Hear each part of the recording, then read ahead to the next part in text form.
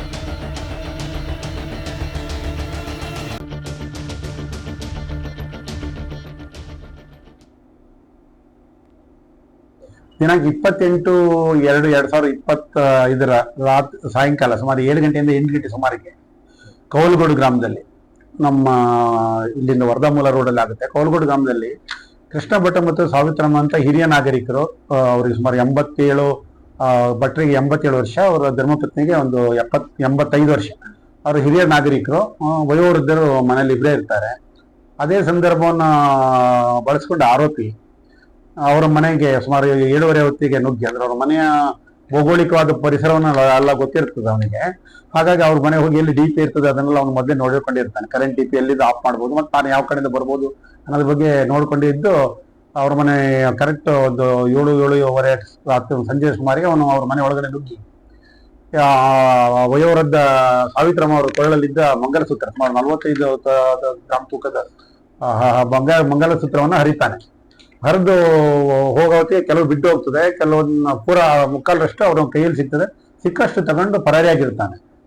ಅದನ್ನ ನಾವು ಅತ್ಯಂತ ಚಾಲೆಂಜ್ ಆಗಿ ತಗೊಂಡ್ವಿ. ಯಾಕಂದ್ರೆ ಒಂದು ಒಂಟಿ ಮನೆ, ಹಿರಿಯ ನಾಗರಿಕರು, ವಯೋವೃದ್ಧರು, ಸಮಾಜದ ಮೇಲೆ ವ್ಯತಿರಿಕ್ತ ಪರಿಣಾಮ ಬೀರ್ತದೆ ಅಂತ ಹೇಳಿ ನಮ್ಮ ಮಾನ್ಯ SP ಸಾಹೇಬರಾದ ಶ್ರೀ ಮಿಥುನ್ ಕುಮಾರ್ ಸಾಹೇಬರು IPS, ನಮ್ಮ ಶಿವಮೊಗ್ಗ ಜಿಲ್ಲಾ ವರಿಷ್ಠಾಧಿಕಾರಿಗಳ ಮಾರ್ಗದರ್ಶನ, ಮತ್ತೆ ನಮ್ಮ ಹೆಚ್ಚುವರಿ SP ಸಾಹೇಬರಾದ ಡಾಕ್ಟರ್ ಅನಿಲ್ ಕುಮಾರ್ ಸಾಹೇಬರು ಅವರು, ಹಾಗೂ ಮತ್ತೆ ನಮ್ಮ ಅಪರಾಧ ವಿಭಾಗದ ಹೆಚ್ಚುವರಿ ಅಧೀಕ್ಷಕರಾದಂತಹ ಶ್ರೀಯುತ ಕಾರ್ಯಪ್ಪ ಸಾಹೇಬರವರ ಮಾರ್ಗದರ್ಶನ, ಮತ್ತು ನಮ್ಮ ಸಾಗರದ DYSPಗಳು ಮತ್ತು ನಮ್ಮ ಮಾರ್ಗದರ್ಶಕರಾದಂತಹ ಗೋಪಾಲಕೃಷ್ಣ ನಾಯ್ಕರವರ ಒಂದು ಮಾರ್ಗದರ್ಶನದಲ್ಲಿ ಅದೇ ದಿನ ರಾತ್ರಿ ನಾವು ಹಿರಿಯ ಅಧಿಕಾರಿಗಳ ಸಹಿತ ಭೇಟಿ ನೀಡಿದ್ರು.